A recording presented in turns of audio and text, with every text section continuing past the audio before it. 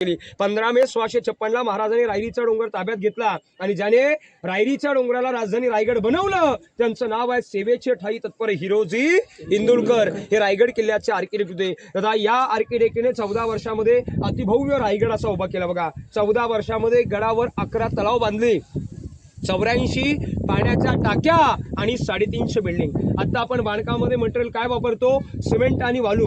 पूर्वीच्या आर्किटेक्टने काय वापरलं? चुना, गुळ, शिस म्हणजे लीड या 3 धातूंमध्ये गडाचं बांधकाम केलंय। बांधकामाला लागणारा दगड होता, खालून आणला नव्हता।